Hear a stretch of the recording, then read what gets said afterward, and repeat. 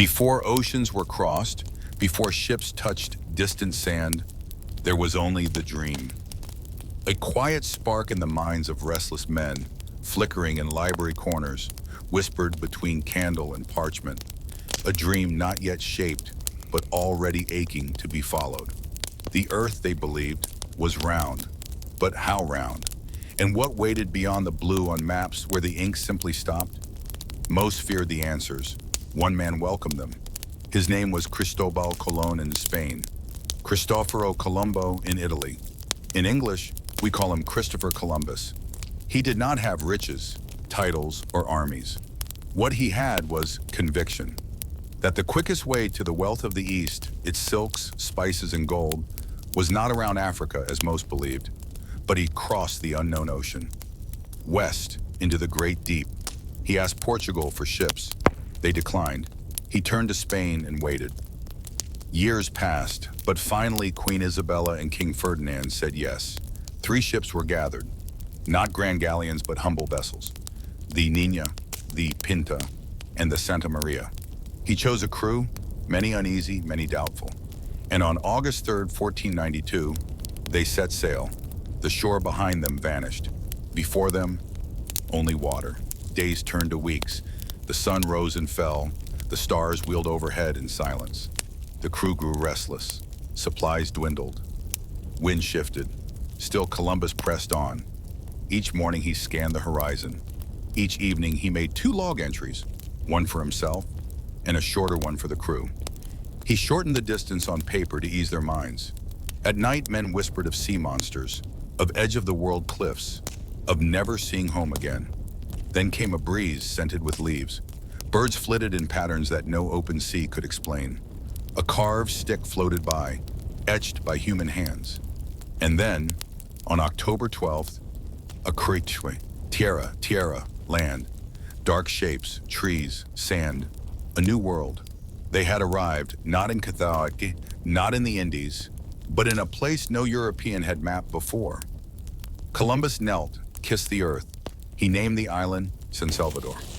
He raised the Spanish banner, but they were not alone. From the trees emerged people. Their skin was bronzed by sun, their clothing minimal, their movements calm. They were the Taino, stewards of these islands for untold generations. They did not know what to make of these clothed visitors, with their boots, metal, and unfamiliar tongues. But they approached, and they smiled. They offered fruit, woven cotton, parrots, and warmth. They knew not conquest. They knew, hospitality. Columbus observed them closely. In his journal he wrote, "They are very gentle, without knowledge of evil. They would make fine servants. They should be made to work and adopt our ways." That sentence, a small drop of ink, a vast shadow. In the days that followed, the ships sailed from island to island, what we now call the Bahamas, Cuba, Hispaniola. Wherever they landed, the Taino met them with generosity, but Columbus, always watching, asked, "Where is the gold?" They pointed vaguely to the south. That was enough. Columbus left a fort behind, La Navidad, made from the wreckage of the Santa Maria. He appointed 39 men to stay. Then he turned east. The Atlantic waited to carry his story home. Let your breath settle like the sea after a wind. The sails are still, the voice is quiet. Columbus returned to Spain not as a sailor, but as a symbol. Crowds gathered, church bells rang. He paraded through streets with parrots, pineapples, and painted people. Taino captives in unfamiliar clothes, blinking at unfamiliar skies. The monarchs received him like a knight returned from battle. His tales were full of gold, gentle natives, and endless opportunity. Spain listened, Spain believed, and Spain wanted more. They gave him a title, Admiral of the Ocean Sea. They granted at him 17 ships, filled with over 1,100 souls. Not just sailors now, but wish settlers. This time he would not explore, he would establish. Carpenters, priests, soldiers, farmers, noblemen, and monks boarded the vessels. Livestock shuffled in crates. Tools clanked in barrels. Wheat, sugar cane, pinains, olive trees all loaded. Europe prepared to transplant itself. In September of 1493, the fleet departed from Cadiz. This was not a journey of wonder, but of intent. Weeks later, when the ships returned to the Caribbean, they sailed not into Eden, but into loss. The fort of La Navidad was gone, burned, silent. The men Columbus had left behind were all dead. Taino elders told the tale. The settlers had taken what was not given: food, women, gold. They had broken peace. In return, the Taino had broken the fort. Columbus listened, and he did not reconsider.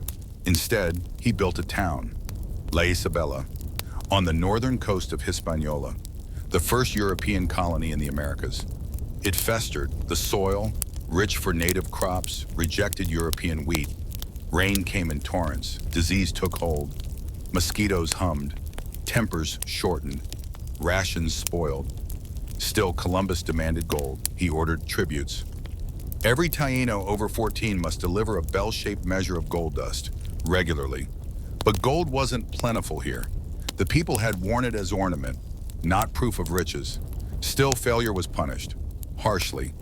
When quotas were not met, Columbus sanctioned the violence. Men were whipped, women taken, villages burned. Some Taino fled into the forest. Some rebelled, with spears, fire, and words. One leader rose, Caonabo. Proud, fearless, he launched strikes against Spanish strongholds, defending sacred land. Columbus captured him through trickery. He bound him in chains and loaded him onto a ship for Spain. Caonabo never arrived. The ship vanished, but the memory of his defiance remained, etched in the minds of those who watched firelight flicker across palm trunks and stone. Columbus, faced with mounting struggles, turned to a cruel solution. He ordered hundreds of Taino rounded up, men, women, and children. They were shackled, loaded into holds, and sent as slaves to Europe. Some died at sea, some were sold, some were paraded before courts like curiosities. Their names vanished in ink, their stories scattered in waves. Back on Hispaniola, the settlement limped along. Crops failed, starvation loomed, infighting surged. Columbus, once praised, now heard whispers of failure, of cruelty, of delusion. And still, he pressed westward. He wanted more islands, more gold, more glory. He explored Cuba, convinced it was part of Asia. He mapped coasts.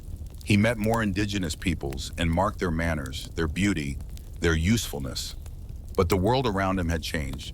The paradise he had first described was now a colony, a place of quotas and orders, of sickness and sadness, of resistance, and the sails that had once carried curiosity now carried expectation. Burden, crown.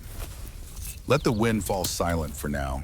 The night deepens, and even explorers must sleep. The islands were once filled with laughter, with drumming in the evenings and harvest dances beneath the stars, with wooden canoes gliding over blue waters and the smell of cassava baking in clay hearths. But after Columbus's return, those sounds grew faint, and then silent. The first great shadow came not from swords or shackles, but from something invisible. The settlers carried with them illnesses that had never touched the New World. The Taino had no defenses for what assailed in their breath and blood. Smallpox, measles, influenza, typhus. They arrived quietly, on wind, on skin, in coughs and gestures, and swept through villages like fire through dry grass. Families vanished in days. Elders fell, children coughed and did not rise. Survivors, stunned, could only dig shallow graves and whisper prayers that had no answers. In some places, whole communities disappeared between one sunrise and the next. Funeral songs drifted into the forest, and the trees listened but could not save them. By the end of one generation, millions were gone. It was a silence unlike any other, and the survivors watched their world blur at the edges, like a dream fading too soon. But the sorrow did not end with disease. For those who remained, labor was demanded. Under the systems established by Columbus and his successors, especially the encomienda, Taino men and women were assigned to Spanish settlers as forced laborers, in the fields, in mines, in homes that were not their own. They were tasked with finding gold in rivers, hauling loads, clearing paths, constructing buildings. There were quotas. If they failed to meet them, punishment followed. Whips, shackles, death. The jungle became both refuge and graveyard. Some fled, some resisted. Many were hunted down, but still the spark of rebellion flickered. One voice rose among them, a man named Hatue, who had once fled from Hispaniola to Cuba with his people. He warned the Cubans of what was coming, the strangers who wore metal, who took and did not give, who worshipped a god, he said, whose desire was gold. Hatui was captured, sentenced to death. A priest asked him if he would accept baptism to reach heaven. Hatui asked, "Are there Spaniards in this heaven?" The priest nodded. "Then I choose hell," he replied, "so I will not see them again." He was bound to a stake and burned, but his words became embers, passed mouth to mouth, generation to generation. Even in silence, memory survived. Over the decades, the indigenous population in the Caribbean plummeted. By some estimates, within 50 years, over 90% had disappeared through disease, violence, and despair. The land was reshaped, forests cleared, rivers redirected, hills carved open in search of gold that was never enough. But something else took root, too, in music, in stories, in the way herbs were used and cassava still baked on flat stones, in lullabies sung at night. The Cortainoe spirit folded itself into the fabric of the Caribbean, faint but never truly gone. Their voices began to echo through history, quietly at first, then louder, then proud, in bloodlines, in language, in reclaimed names. Their songs are being sung again. Rest now, the wind has stilled, a spark remains in the ashes. Next time we'll sail into the strange winds of the Columbian Exchange, where plants, flavors, animals, and even cravings crossed oceans and reshaped the world with surprising sweetness and shadow. The sea, long a barrier, had become a bridge. Once the Atlantic divided two halves of the world. Now it connected them, in silence, in motion, in whispers of trade, taste, and time. This great shift came to be known as the Columbian Exchange. But it was less a trade than a transformation. A mingling of worlds that touched every garden, every kitchen, every heartbeat, in ways big and small, from the Americas to Europe, Africa, and Asia, sailed treasures never before tasted. Maize, golden and tall, that would nourish kingdoms. Potatoes, humble and hardy, destined to become staples. Tomatoes, eventually coloring sauces from Naples to Nice. Cacao, bitter and divine, the seed of chocolate dreams. Chili peppers, igniting new tongues in India and China. Vanilla, tobacco, peanuts, turkeys, pineapples. Each plant carried not just flavor, but story. New seasons, new cravings. Europeans marveled. And in return, from the old world came wheat, rice, sugarcane, coffee, bananas, grapes, citrus. These took root in American soil, altering landscapes and palates. Yet their arrival wasn't always innocent. Where sugar was grown, plantations rose. And where plantations rose, enslavement soon followed. Still, the exchange was not only of food. Animals arrived, hooves echoing through forests that had never known them. The horse, unknown in the Americas, became a revolution. It returned speed and stature to indigenous nations who mastered its grace, riding across the plains with thunder beneath them. The pig, prolific and wild, multiplied quickly, both feast and menace. The Huantao cow brought milk, leather, meat, and with it, pastures. Grass replaced forest. Fences replaced trails. The land itself shifted, breathing new rhythms, but the most powerful travelers of all were not seen. Microbes, diseases like smallpox, measles, typhus, carried in breath, on blankets, in well-meaning handshakes, tore through populations that had no immunity. Historians believe that over 80% of some indigenous groups were lost within a century. No cannon, no sword, no ship did more damage than these silent visitors. There was grief, vast, impossible grief, passed in lullabies, in broken family trees, in stories that could no longer be told. But even so, life kept weaving. Languages merged, faiths blended, recipes entwined. New peoples were born, of many heritages, many histories. This was not simply conquest. It was collision. And then, creation. A world neither old nor new, but something in between, something still being written. Then we sail onward into lines drawn in ink and ambition. When Columbus returned from his first voyage, Spain rejoiced, but not all rejoiced equally. Across the Iberian Peninsula in Lisbon, Portugal watched. For decades, Portuguese navigators had hugged the African coast, mapping, trading, inching toward India. Their efforts were measured, studied, steady. And then, Columbus returned from the west with tales of untold lands. Portugal was alarmed. Both Spain and Portugal were devout Catholic kingdoms. To prevent conflict, they looked to a higher power. Pope Alexander VI, he issued a decree in 1493. It drew an imaginary line through the Atlantic, from pole to pole, 100 leagues west of the Azores. Lands west would belong to Spain, lands east to Portugal. A simple line, but the world is not simple. Portugal protested. They wanted more room to explore. The two crowns negotiated, and in 1494, they signed in the Treaty of Tordesillas. The line was moved farther west, 370 leagues from the Cape Verde Islands. It seemed arbitrary, but fate would make it fateful. That line, meant to divide exploration rights, would eventually place a sliver of South America in Portugal's domain, a place we now call Brazil. Neither crown could know what lay on the other side. No one had yet seen the shape of continents, but they divided the world anyway, with ink, seal, and ceremony. This was not about cartography, it was about power. Spain and Portugal now raced in opposite directions, claiming coastlines, planting flags. Portugal focused east, around the Horn of Africa, toward India, the spice trade, and the riches of the Orient. Spain turned west into the unknown, South America, Central America, North America, islands and empires they had not yet imagined. The treaty gave them legal permission. But what of the peoples who already lived there? They were not consulted. Their lands were not recognized as sovereign. Their maps were made of story and spirit, not parchment and quill. The lines on the treaty meant little to them, but they would feel the consequences. In time, this quiet divide would echo loudly, shaping colonies, languages, cultures. One side would speak Spanish, the other Portuguese.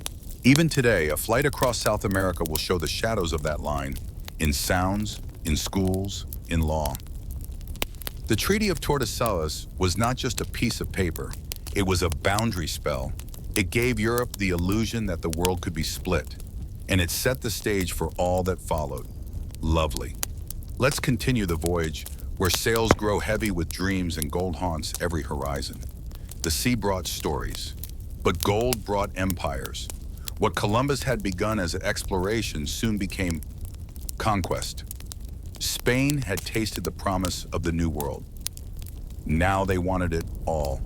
And so came the conquistadors, soldiers, nobles, adventurers, each with a sword in one hand and a royal charter in the other. Their mission? Claim land, find treasure, spread the faith. One of them was Hernán Cortés.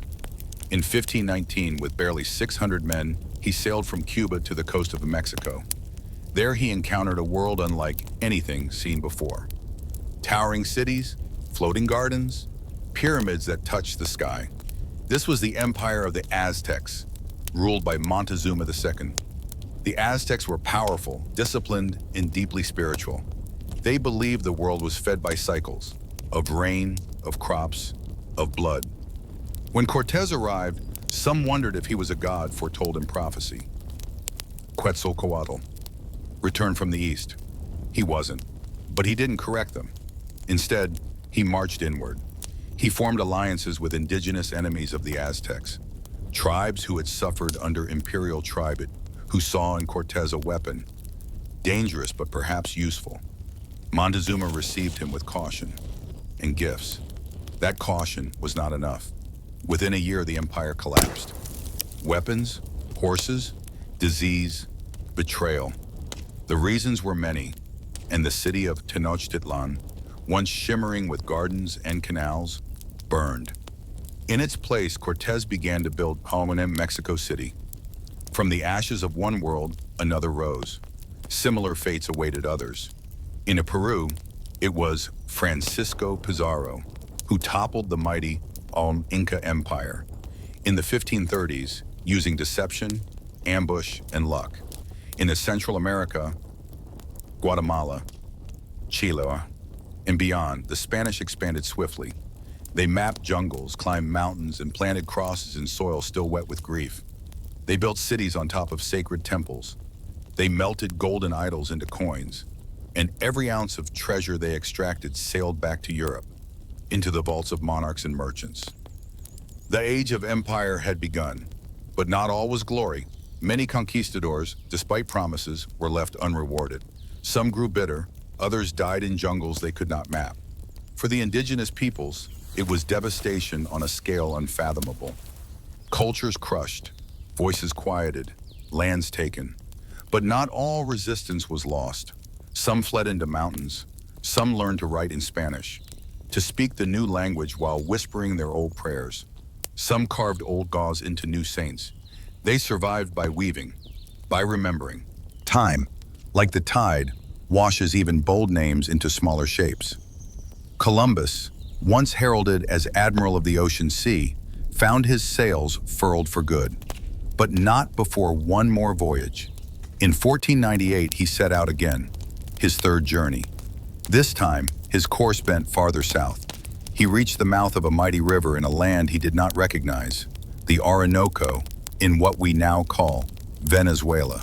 He believed he had found the gateway to Eden, lush, vast, teeming with bird song and the scent of unseen flowers.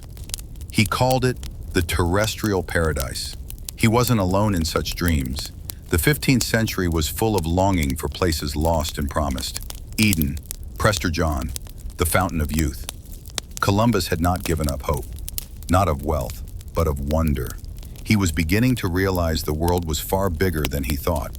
But Spain no longer wanted wonder, it wanted order. Back on Hispaniola, the colony buckled under mismanagement. Settlers grumbled, they wrote letters, complaints echoed across the sea. By the time Columbus arrived to govern once more, rebellions simmered. He tried to restore control, with rules, arrests, force. The Spanish crown heard enough. In 1500, they sent Francisco de Bobadilla to investigate. He arrested Columbus and his brothers. The admiral who had once stood before monarchs with parrots and palm leaves now stood in irons, taken back across the ocean, a prisoner. He didn't stay imprisoned.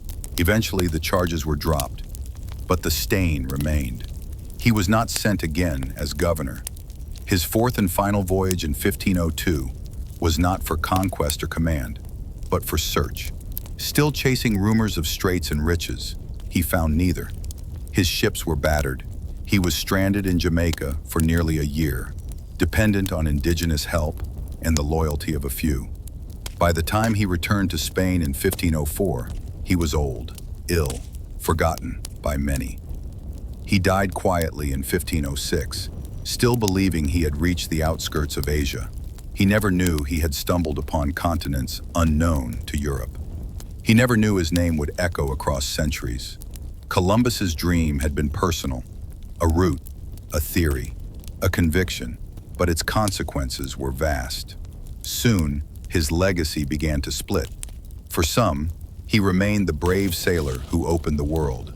For others, he became the spark that set fire to empires, cultures, and lives. Monuments rose, streets were named, holidays declared, but questions followed about what was discovered and what was lost, about the price of crossing oceans, about the voices that vanished, about the ones that endured. And so Columbus slipped into that strange space many historical figures inhabit, not as a man, but as a mirror. He reflected the ambitions of those who praised him and the anguish of those who remembered the other side of the sail. He became a ship of meaning, anchored in argument, drifting across textbooks and parliaments, maps and marches. But in his quietest moments, we might imagine him not as statue or symbol, but as an old man beside the sea, listening to waves. After the dust of conquest settled, something unexpected began to bloom. Not on battlefields or banners, but in kitchens, cradles, songs, and souls. A new world was taking shape. It wasn't Spanish, it wasn't Indigenous, it wasn't African. It was all three, layered, blended, entangled. On sugar plantations, enslaved Africans brought across the Atlantic carried not just muscle, but music, folklore, wisdom, belief, rhythm. Their hands planted cane, picked cotton, stirred pots, but their voices hummed songs older than empire, spirituals with hidden messages, drums with coded warnings, languages reshaped to survive. Out of cruelty, something enduring emerged. A way to keep humanity alive in shackles. A way to remember who they had been, even when no one else did. At the same time, indigenous survivors held fast to the threads of their worlds. Though churches rose on sacred land and children were taught new names, the old ways flickered still. In herbs crushed into healing salves, in dances performed behind closed doors, in lullabies sung in twilight tongue, even Catholic saints began to resemble ancestral spirits, dark-skinned, crowned in feathers, holding both cross and earth in their hands. This was resistance, not in swords, but in survival. And the Spanish settlers, they too changed. Their sons and daughters married Taino women. African nurses raised European infants. Culture became a braid, not a blade. Language stretched, customs bent, new holidays emerged. Food simmered in clay pots, neither old world nor new, but something deliciously both. Plantains sizzled, beans stewed, cornbread baked alongside pork. Names changed too. Children were born who belonged to many stories, mixed in blood, mixed in voice. The beginning of what we now call mestizaje, a blending of peoples. It wasn't peaceful, it wasn't fair, it wasn't simple, but it was real, and it grew. From chaos and cruelty rose a culture that could not have existed without all three roots: indigenous, African, European. Each bore wounds, each offered gifts. By the 1600s, a traveler through the Americas might hear African drums echoing down a street named after a Spanish saint, passing a market where cassava was sold beside olives, watched over by women with Taino cheekbones and Castilian shawls. This was not erasure, it was alchemy. And though power still pressed down, through systems, through gold, through guns, the pulse of the people began to shift. Empires rule from above, but life always grows from below.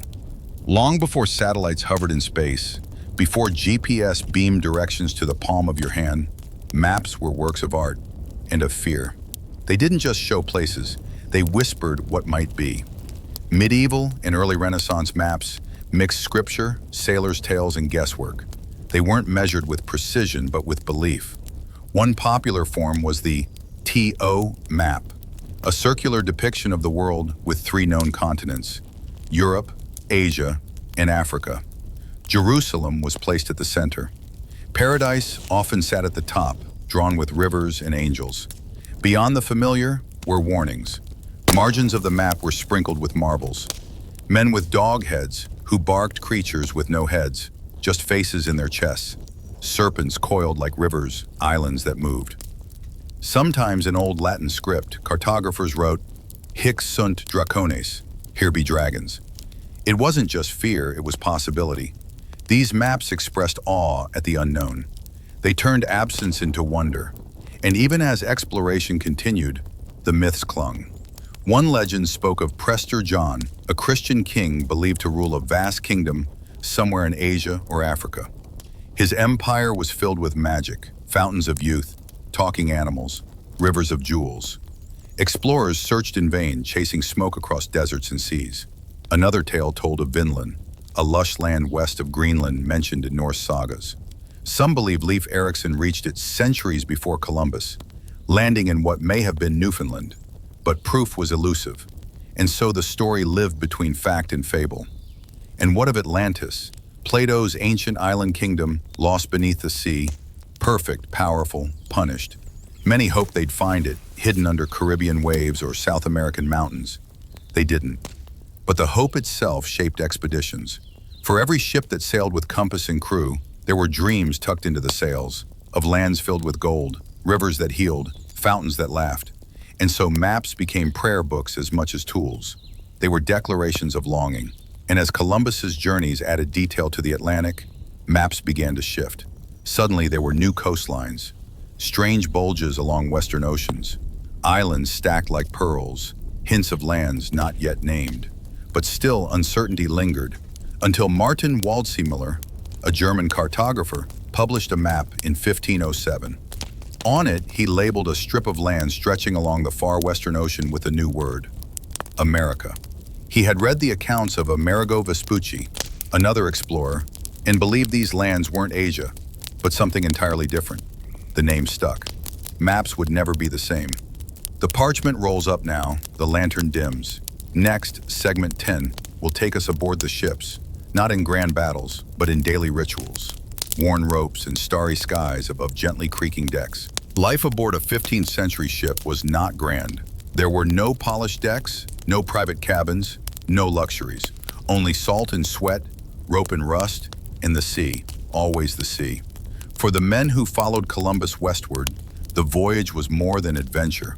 It was endurance. The ships were caravels and aneo, small by today's measure, between 30 and 70 feet long. The decks were narrow, the holds dark and damp. Rats scurried through grain sacks. The scent of tar clung to every breath. Each ship had around 20 to 40 men. They slept where they could, on coils of rope, under benches, wrapped in cloaks against the cold. Meals were simple: hardtack, dry tough biscuits, salted meat or fish, dried peas or beans. Occasionally olive oil, cheese or wine. There was no fire aboard to cook, no fresh fruit, no fresh water after the first days. Water turned brackish quickly. Wine masked the taste. They lived on routine and prayer. At dawn, bells rang. Sailors rose, adjusted sails, scanned the horizon. Tasks were divided. Some tended the rigging, some kept logs, some watched the compass, the stars. Some pumped water out of the bilge. Others stood lookout on the crow's nest, eyes straining for land, storm, or ship. When winds were kind, the ships glided. When they weren't, men rowed or waited or prayed. Storms were chaos. Lightning slashed the sky.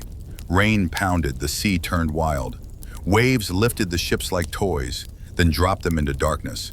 The crew shouted commands above the roar. Sails were reefed. The rudder held firm, if it held at all. Sometimes they didn't make it through, but calm returned, as it always did. And afterward, the men tied new knots, stitched torn sailcloth, whispered thanks. The sea, they knew, always gave and always took. At night, the stars took over. Celestial navigation was both science and faith. The North Star, Polaris, helped orient them. The astrolabe measured its height above the horizon. From this, they guessed latitude. Longitude? That mystery would remain unsolved for centuries. So they guessed, estimated, hoped. They watched seabirds, followed driftwood, studied cloud patterns, gauged currents, and often just listened to the ship. The creak of timber, the whistle of wind through rigging, the groan of hull beneath their feet. It became language. Some believed in omens. They wore amulets, feared certain stars, spoke of monsters. They whispered of krakens, of serpents, of maelstroms that ate ships whole. But mostly, they talked of home, of wives, of children, of warm bread and still earth. The ocean was vast, but the human heart remained small and rooted. And yet, they sailed. Not for glory, not always, but because the unknown called. Because some part of them believed something waited beyond the fog, and sometimes it did. Let that quiet settle now. When you're ready, segment 11 will carry us into the hearts of those who watched the ships arrive. Sleepyhead historian, segment 11. Before sails pierced the horizon, before boots touched sand, before prayers were whispered in unknown tongues, there were people. People who knew the land not as possession but as kin. The indigenous peoples of the Caribbean, the Taino, Arawak, Lucayan, had lived for generations among the palms and the sea foam. Their lives moved with the sun. Their villages hummed with language and laughter. Their calendars marked time by moonlight and mango blooms. They did not call this a new world. To them, it was the only world they had ever known. On the morning the ships arrived, it was not an apocalypse. It was a question. They saw strange shapes offshore, cloth-like wings, men with glinting skin and heavy clothes. Curious, they approached. They brought fruit, water, feathers, open palms. They believed in reciprocity. When a guest arrives, you offer comfort, not suspicion. They could not know these visitors carried a different map in their minds. One that charted land, not in rivers and stories, but in ownership. As Columbus's men disembarked, they smiled. They made symbols with their hands. They accepted the fruit, but their eyes scanned the coast for riches, for bodies that could work, for gold that could glitter. Still, the Taino did not retreat. They hosted, they showed gardens, they taught names. They did not realize they were being claimed.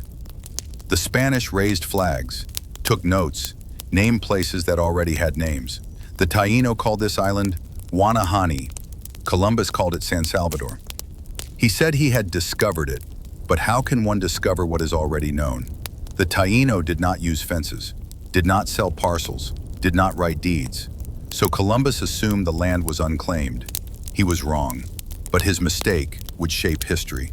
Over time, suspicion crept in. The visitors began asking strange questions, wanting more, inspecting everything, tallying, recording, measuring. They took some Taino with them, interpreters, they said, but they did not come back. And then more ships came, and those who arrived no longer smiled. They carried swords, crosses, documents, orders. They built forts, demanded labor, took what was not offered. Some Taino resisted, some fled, some tried to keep peace. But peace requires two hands extended, and only one hand was open. The others were clenched. Let the shoreline fall quiet now, like footsteps swallowed by sand. Then we sailed gently onward into the hushed darkness of iron and rhythm, sorrow and survival. Sleepyhead Historian. Segment 12. Across the same ocean that carried Columbus, another tide began to flow, a darker, crueler current. The transatlantic slave trade. European ships hungry for wealth turned toward Africa, not just for gold or ivory, but for people. They forged deals with coastal kingdoms, weapons and goods in exchange for captives. Some taken in raids, others sold through betrayal, some merely stolen. Men, women, children. They were marched in chains to ports, shoved into slave ships. The holds were hot, airless, and narrow, rows of bodies chained side by side, unable to move. Darkness thick as oil. Voyages lasted weeks, sometimes months. There was no privacy, no comfort. Hunger gnawed, illness spread. The stench of waste and despair hung heavy. Some did not survive. Some chose the waves, leaping into the sea to return to the ancestors. The ocean holds their names, but many lived. And when the ships docked in the Americas, they were sold like livestock. Families torn apart on auction blocks, futures rewritten in languages they could not understand. And yet, something remained, their voices, their spirits. They carried drum beats in their bones, gods in their breath, recipes in memory, hairstyles with maps braided in. Even in bondage, culture bloomed. In the fields, they sang. The songs carried double meanings, work rhythm and warning, sorrow and hope. In the quarters, they whispered stories by firelight. Anansi the spider, clever and wise, who always found a way. Their faith adapted, sometimes cloaked in saints, sometimes carved into wood, sometimes danced into the earth with bare feet. Plantations rose across the Caribbean and the American South, fed by sugar, cotton, tobacco, and suffering. But the enslaved were not broken. They rebelled, they escaped, they preserved. Each lullaby hummed in secret became resistance. Each pot of okra or yam stew became memory kept alive. Each celebration under moonlight was a small, blazing miracle. They were not visitors to this new world. They were founders of it. The triangle trade, Europe to Africa to the Americas, moved more than goods. It moved humanity, bent it, bruised it, but did not erase it. The legacy lives in songs, in language, in the sway of hips, in the seasoning of soups, in the echo of drums. As ships grew bigger and ambitions swelled, the coastlines of the New World began to shift. Cities emerged, not overnight, but stone by stone, story by story. The Spanish founded Santo Domingo in 1496 on the island of Hispaniola. It was the first permanent European settlement in the Americas. Streets were laid, cathedrals rose, laws were proclaimed under canopies of palm and ambition. From there, others followed. Havana, Cartagena, Lima, Mexico City, each a blend of fortress and marketplace, chapel and square. They mirrored European ideals, but were made from American earth, from coral stone and jungle wood, from the sweat of many hands. Beneath the grand plazas were once sacred grounds, buried temples, unspoken grief. And yet these cities pulsed with life. Markets bustled, languages tumbled over one another. Spanish, Nahuatl, Congo, Taíno, Portuguese, Yoruba, Arawak, Latin. Some came by choice, many by force, but all brought something. Architects brought arches, farmers brought seeds, healers brought remedies remembered from grandmothers, dancers brought rhythms that defied borders. In the morning, bells rang from towers. At night, drums whispered in alleyways. Within these spaces, new identities began to take form. A child born in Mexico City might have Spanish blood, indigenous eyes, African curls, and a name that was never meant to hold so many stories. These were the criollos, the mestizos, the mulattoes, terms made by empire to label what could not be contained. Because culture does not obey borders, it flows.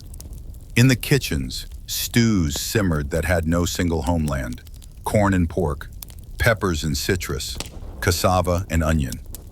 In churches, saints with African faces stood beside European Madonnas, and behind them flickered the eyes of forest spirits wearing new names. Life refused to be neatly sorted. It blended, it breathed. Of course, power still pressed down. The Spanish crown sent viceroys, governors to rule in the king's name. They established universities and courts, built cathedrals and customs houses, measured streets and people alike. Taxes were levied, tribute demanded. Those born in Spain, the Peninsulares, held the highest offices. But resentment grew among the criollos, those born in the Americas. They were Spanish by blood, yet treated as second. Seeds of revolution were being planted, but they had not yet sprouted. For now, the cities kept growing. Ships arrived daily, bearing silks from Manila, silver from Potosi, slaves from Angola, manuscripts from Seville. The Atlantic churned with trade, and beneath the thunder of cannon and coin, the quiet pulse of a new world kept beating, crooked and beautiful. Let the city grow dim now, lanterns flickering out, the streets quiet again. In segment 14, we'll turn away from stone and sail into stories, into the beliefs, myths, and invisible roots that help people survive. Long before crosses rose on hills and cathedrals echoed with Latin hymns, the people of the Americas lived with their own spirits. Their world was filled with breath. Mountains had memory, rivers carried song, trees listened. The moon was an aunt, the sun a brother. Each community, Taíno, Inca, Maya, Mapuche, Nahua, and more, held sacred stories, woven like thread through daily life. They didn't separate belief from the world. Belief was the fabric of it. There were gods of rain, of maize, of night, spirits who guarded the dead, others who danced in lightning. Priests kept calendars, midwives whispered blessings, elders remembered names that had never been written, only sung. In temples shaped like pyramids, in caves carved by water, offerings were left, corn, feathers, jade, blood. Some gods were gentle, others hungry, but all were respected.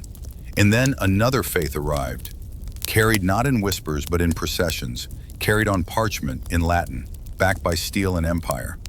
Christianity, especially Catholicism, spread with the conquerors. Spanish priests baptized, preached, built churches on old foundations. They outlawed rituals, burned codices, silenced chants. Yet even so, the old ways bent but did not break. In the Andes, the Virgin Mary began to look like Pachamama, the Earth Mother. In Haiti and Cuba, saints were given names of Yoruba or Dahomey gods. Ochun became Our Lady of Charity, Shango Saint Barbara. This was not surrender. This was survival through disguise. Syncretism, the blending of beliefs, became a quiet rebellion, a way to keep ancestors close beneath the surface. Even within Christianity itself, voices of the colonized began to echo. Indigenous artists painted angels with brown faces and feathered wings. African poets sang psalms in their native tongue. Faith stretched. It made room.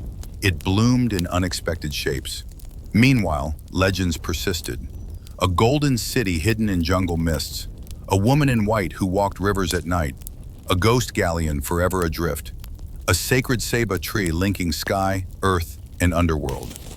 These weren't just stories, they were anchors. In times of sorrow, they gave shape to hope. In times of silence, they gave voice.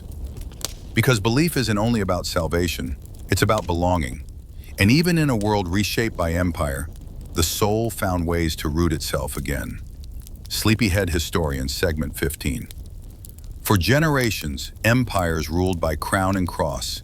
Edicts were issued from marble halls oceans away. But in the dust of plazas and the hum of plantations, the people began to stir. Resistance did not always come with swords. It came in words, petitions, songs, quiet refusals, and sometimes cries that grew into flame. In the Americas, new worlds were born, but the chains of the old remained. Slavery, tribute, injustice, silence. In Mexico, an enslaved African man named Gaspar Yanga escaped into the mountains in the early 1600s. He formed a maroon community, free people hidden among trees and cliffs. They raided Spanish caravans, defended their settlement, refused to vanish. Decades passed. Spain sent troops. Yanga held firm. Eventually, the Spanish made a treaty, rare and remarkable. The town of San Lorenzo de los Negros was officially recognized. Yanga became a governor. He proved that freedom could be defended, that the empire could be negotiated with, not just obeyed. In Peru, the echoes of rebellion grew louder. Tupac Amaru II, claiming descent from Inca royalty, launched an uprising in 1780. He demanded justice for indigenous people, an end to abuses by colonial officials, dignity restored. He dressed in both Spanish and Inca fashion, spoke both Quechua and Spanish, a bridge between eras. His movement spread like wildfire. But the Spanish responded with force. Tupac Amaru II was captured, publicly executed. His family and followers punished severely. Yet the name remained. Graffiti centuries later would whisper, "Tupac lives." Across the Americas, whispers became speeches, speeches became plots. In Haiti, the greatest cry of all erupted. By the late 1700s, Saint-Domingue, now Haiti, was France's wealthiest colony. Its sugar and coffee plantations made fortunes, but they ran on enslaved labor. Brutal, relentless, inhumane. Then came revolution. Inspired by liberty in France, the enslaved people of Haiti began to rise. Toussaint Louverture, a former slave, emerged as a brilliant leader, military mind, diplomatic heart. He led an army of formerly enslaved men and women. They fought the French, the Spanish, the British, and they won. In 1804, Haiti declared independence, the first free black republic in the modern world. Born not from handshakes, but from fire, courage, and endless loss. Its birth shocked the world. For others, it brought hope. Every rebellion mattered, no matter how small. It was a candle lit in a dark room, a reminder that power, though vast, is never invincible. And history, though slow, always moves. But those beneath the weight began to rise. Sleepyhead Historian, Segment 16. Not all revolutions roar. Some are whispered, painted, sung. In the centuries after first contact, while empires fought and borders shifted, another form of resistance bloomed in art. Brushstrokes became weapons. poems, shields, dance a declaration that the spirit was not erased. In Mexico, indigenous artists learned European techniques, but they painted angels with brown skin, devotion scenes filled with native flora. The sacred wore feathers, held maize. Churches built by Spanish hands had ceilings painted with stars from old constellations, known long before Columbus. In Peru, the Cusco School of Painting emerged, a blend of Catholic iconography and indigenous imagination. Virgin Marys wore Andean garments. Saints stood before mountains sacred to the Inca. These were not mistakes, they were reminders. We are still here. The written word, too, became a haven. Indigenous scribes adapted the Roman alphabet. They recorded myths, complaints, dreams. Some wrote legal documents to defend their land. Others penned epic poems in native languages. In the Andes, a man named Felipe Guaman Poma de Ayala wrote a 1,200-page letter to the King of Spain around 1615. It chronicled abuses, offered advice, pleaded for justice. It went unread for centuries, but survived. Proof that memory insists. African traditions survive similarly. Though forbidden to write or read, enslaved peoples wove stories into work songs, spirituals, riddles. Quilts carried coded messages. Hair braids hid maps. Stories of tricksters and clever animals taught resistance. The griots of West Africa, oral historians, reawakened in the Americas as preachers, musicians, midwives, storytellers. The drum was banned in many colonies. Authorities feared it, for they knew it could summon freedom. So people clapped, sang, used spoons, crates, bones. The rhythm survived, and with rhythm came dance. Capoeira, a blend of martial art and movement, was born in Brazil. It was practiced in secret, masked as dance, but it trained bodies to move swiftly, to defend, to rebel. Faith adapted too.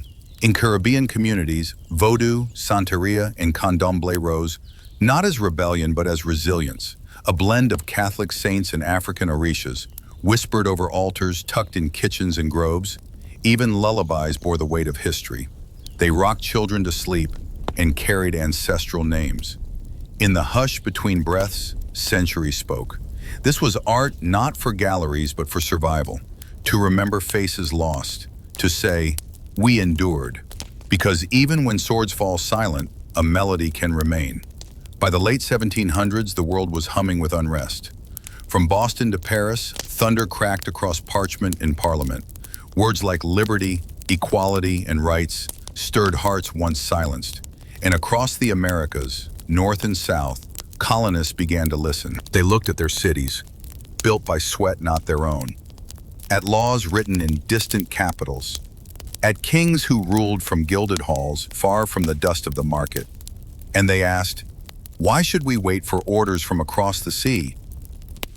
In Mexico, a quiet fire flickered in the soul of a priest, Miguel Hidalgo y Costilla. He had read Enlightenment texts, heard tales of revolt, and in 1810, in the small town of Dolores, he rang the church bell. He called for an end to Spanish rule, for land to be returned, for justice. This became known as El Grito de Dolores, the cry of Dolores. It spread like wind across hills and valleys. Farmers, workers, and soldiers rallied. They carried machetes, not muskets, faith, not training. The Spanish forces struck back. Hidalgo was captured, executed, but the bell kept ringing, in memory, in mouths, in marches. More leaders rose. José María Morelos, Vicente Guerrero, and eventually Agustín de Iturbide, who would declare Mexico's independence in 1821. Further south, other fires burned. In Venezuela, a young aristocrat named Simón Bolívar dreamed of a land free from crown and chain. He studied in Europe, witnessed Napoleon's rise, and returned home determined to do the same, not for conquest, but for liberation. Bolívar fought not one empire, but geography itself. Through jungle and Andes, across rivers and battlefields, he led the charge. He helped free Venezuela, Colombia, Ecuador, Peru, and Bolivia, named in his honor. But freedom was messy, unity frayed, factions formed. Bolívar dreamed of a great republic, Gran Colombia, but saw it splinter in his lifetime. Still, they called him El Libertador, the liberator. He wasn't alone. In Argentina, José de San Martín crossed the Andes to liberate Chile and Peru. In Brazil, the shift came more peacefully. In 1822, Dom Pedro I, son of the Portuguese king, declared Brazil independent and crowned himself emperor. Each movement had its own rhythm, some fueled by the Enlightenment, others by rage or hope or hunger. But all moved to the same heartbeat. The time of empires is fading. The time of nations begins. And yet, who truly counted as free? Many of those who fought for independence still owned slaves. Many nations were born with old chains in new hands. Indigenous peoples, Afro-descendants, and women often remained on the edges of the story, still waiting for a revolution that included them. Freedom came, but not for all. Still, the flags rose, names changed, new maps were drawn, and the dream of self-rule, of belonging not to a king but to oneself, settled into the minds of millions. The old world was gone, but its echoes lingered. The revolutions had swept across continents like wildfire. Flags rose, monarchs fell, constitutions inked promises into parchment, and the Americas, once colonies of kings, now called themselves republics. But a republic is not a miracle, it's a promise, and promises are hard to keep. Many new nations in Latin America struggled in their infancy.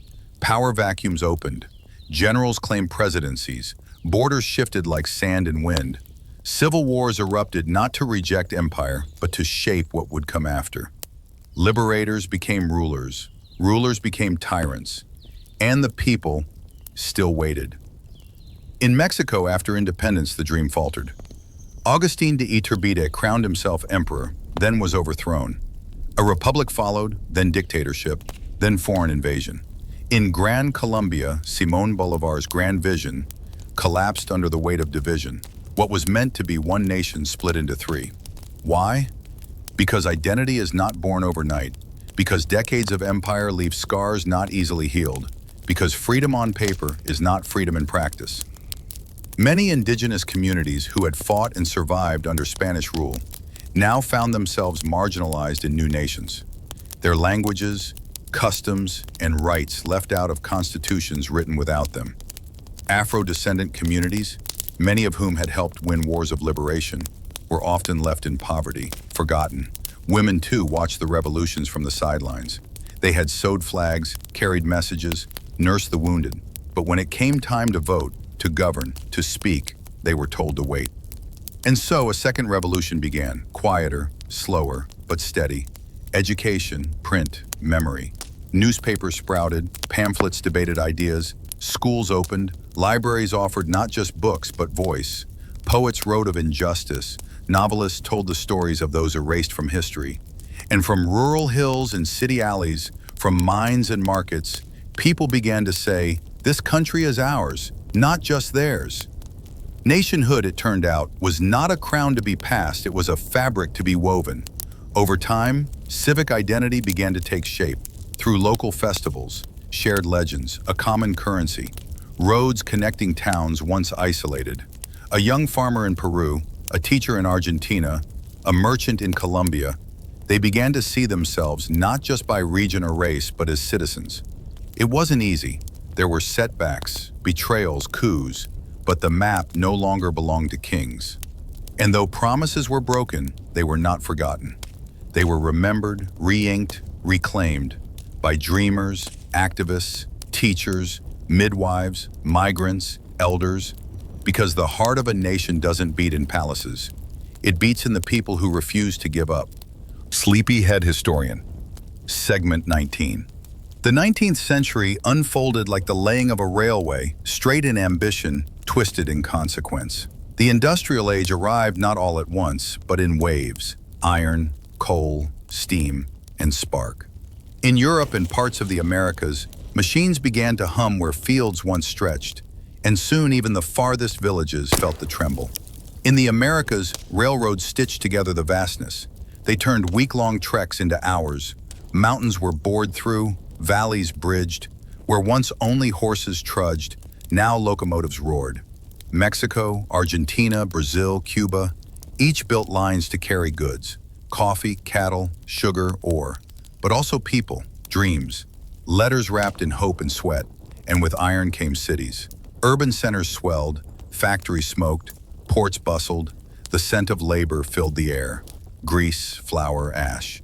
Telegraph lines followed, spindly veins of electricity. For the first time, news could travel faster than a horse. A message sent in Lima could reach New York before the ink dried. Time began to tick in coordination. Railway time. Clocks in distant provinces synced to schedules written not by nature but by networks. Noon no longer meant when the sun is highest. It meant when the train departs. Life shifted. Along with industry came immigration. Ships from Italy, Germany, China, Japan, Lebanon arrived in South American ports. Farmers escaping drought, laborers seeking opportunity, traders chasing promise. They settled in new lands, bringing recipes, dialects, family heirlooms tucked inside linen. New neighborhoods blossomed. Chinatown in Havana, German beer halls in Brazil, Japanese gardens in Peru. Identity twisted again. The braid grew thicker. Meanwhile, indigenous peoples watched as landscapes changed. Rail tracks cut through sacred paths. Forests fell for sugar. Rivers diverted for mills. Some communities were pushed farther from their lands. Others resisted, quietly or openly. The age of invention brought ease for some, and erasure for others. But even so, innovation could not be denied. Photography captured faces that paintings had never bothered to include. Workers, mothers, street vendors. The gaze democratized. Printing presses multiplied. More people could read, could write. Newspapers reached into homes. Novels crossed borders. Politics found new voices. Movements began to organize, not just with muskets, but with pamphlets. The steam age had its shadows. Pollution, child labor, cruel factory conditions, but also its dreams. It believed that tomorrow could be better than today, that steel could build not just machines, but futures. And across the Americas, people paused to imagine. What if that better world included us all? Then, onward into the hum of the 20th century, an era of voices, visions, and tectonic shifts. The 20th century arrived not with horse hooves, but with radio static and flickering film. It was a time of acceleration. Trains turned to cars, candles gave way to bulbs, messages zipped through telephone wires, cities rose taller, expectations rose with them. In the Americas, this meant invention and unrest. In Mexico, a revolution sparked in 1910. It wasn't about independence from a foreign king, but justice from within. Land, labor, liberty, these were the rallying cries. Figures like Pancho Villa and Emiliano Zapata emerged, writing not as conquerors, but as symbols of the people's ache. Their mustaches curled, their rifles gleamed. But more powerful were the ideas they carried. Land belongs to those who work it, Zapata declared. Elsewhere, revolts came in quieter forms. In Argentina, workers filled plazas demanding rights. In Brazil, samba spilled from alleyways once silenced. In Chile, poets like Pablo Neruda strung words like lanterns across factory smoke and fading roses. Culture rose with politics. Jazz wandered from New Orleans to Caribbean ports, mingling with calypso, sun, and bolero. Its pulse told stories without needing translation. Muralists painted walls with memory. In Mexico, Diego Rivera filled archways with scenes of peasants, revolutionaries, teachers, and farmers. Not kings, but common folk. And radio, what a marvel. Suddenly a voice could leap over mountains. A farmer in Colombia could hear a tango from Buenos Aires. A teacher in Cuba could catch a speech from the capital. A child in Guatemala could drift asleep to tales beamed from Havana. But even amid culture's bloom, shadows deepened. U.S. influence grew strong across Latin America, sometimes with investment, sometimes with intervention. In Panama, a canal was carved from the earth, an artery for global trade. But to build it, thousands toiled, many died. And when it opened, it was not Panamanians who controlled it. In Nicaragua, Honduras, Guatemala, and beyond, U.S. companies held vast land, especially banana plantations. These corporations shaped elections, policies, sometimes even wars. The phrase Banana Republic was born, not as a joke, but a warning. But again, people resisted. Writers called it out. Leaders pushed back. Guerrilla movements flickered at the edges, and always, hope returned. Education expanded. Women gained the vote in many countries. Labor unions marched. Artists wove injustice into song. The 20th century promised so much. But it also asked hard questions. Who owns the land? Who holds the power? Whose story gets told? There were no easy answers. Only the sound of cities breathing, the rhythm of resistance tapping through heels, drums, typewriters. And beyond the static, always a dream for something more. By mid-century, the world was split, not just by oceans, but by ideologies. The Cold War had arrived. Capitalism and communism, democracy and dictatorship, shadows and spotlights. Latin America became a chessboard, but the pieces were people. In the 1950s, a young law student in Argentina watched his country struggle through corruption and inequality. He became radicalized. His name was Ernesto Guevara, but the world would come to know him as Che. He met Fidel Castro in Mexico. Together, they sailed to Cuba in 1956 with a band of revolutionaries. Through jungle skirmishes and tireless organizing, they toppled the regime of Fulgencio Batista in 1959. Cuba became a socialist state, declaring independence not just from colonial legacies, but from U.S. dominance. To some, it was liberation. To others, a threat. The U.S. responded with embargoes, invasions, like the failed Bay of Pigs in 1961, and CIA plots. Cuba allied itself with the Soviet Union, sparking tension that culminated in the Cuban Missile Crisis of 1962. For 13 days, the world held its breath. Nuclear war sat perched like a hawk above the Caribbean. Diplomacy won that round, but the tremble never truly faded. Elsewhere, the shadows grew thicker. In Chile, the people elected Salvador Allende in 1970, the first Marxist president chosen democratically in Latin America. He began nationalizing industries, redistributing wealth. His supporters called it justice, his critics, chaos. In 1973, with U.S. backing, the military, led by Augusto Pinochet, overthrew Allende in a violent coup. What followed was a dictatorship, censorship, disappearances, torture, exile. Chile was not alone. From Argentina to Brazil, Uruguay to Guatemala, military juntas seized power. Often claiming to fight communism, they unleashed terror. Thousands were disappeared, families left with no answers, only empty shoes. Locked drawers, names carved into walls. Mothers protested in silence, wearing white scarves, carrying photos of the lost. And still, resistance bloomed. Poets smuggled verses through laundry lines. Journalists hid truths in fiction. Music carried meaning over airwaves, in street corners, at funerals. Mercedes Sosa, voice like thunder and silk, sang songs of pain and hope. Meanwhile, in Nicaragua, the Sandinistas overthrew the US-backed Somoza regime in 1979. They promised reform, literacy, dignity. But they too faced war. The US funded Contras, fueling a brutal conflict that burned through the 1980s. Across the region, Cold War politics disguised deeper wounds. Colonial scars, economic injustice, racism, and broken promises. Still, truth survived. In exiled libraries, in whispered lullabies, in courtroom testimonies years later, the people refused to be silent forever. Sleepyhead, historian. Segment 22. The closing years of the 20th century brought with them not just revolutions, but reckonings. One by one, the military regimes that had ruled through fear began to fall. In Argentina, after years of dictatorship and the disappearance of thousands, the people demanded answers. Mothers and grandmothers of the disappeared Las Madres y Abuelas de Plaza de Mayo marched in circles, holding photos of vanished sons and daughters. They did not shout, they simply stood, week after week, year after year. And the world began to listen. In Chile, after nearly 2 decades under Pinochet, democracy crept back in 1990. Citizens returned to the ballot. Truth commissions began their long, painful work, interviewing survivors, uncovering mass graves, naming the unnamed. The silence cracked.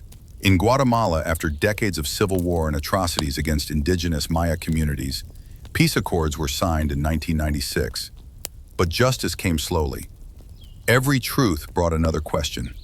And still, communities chose to remember, through murals, through poetry, through memorials made not of marble, but of shoes, scarves, flowers.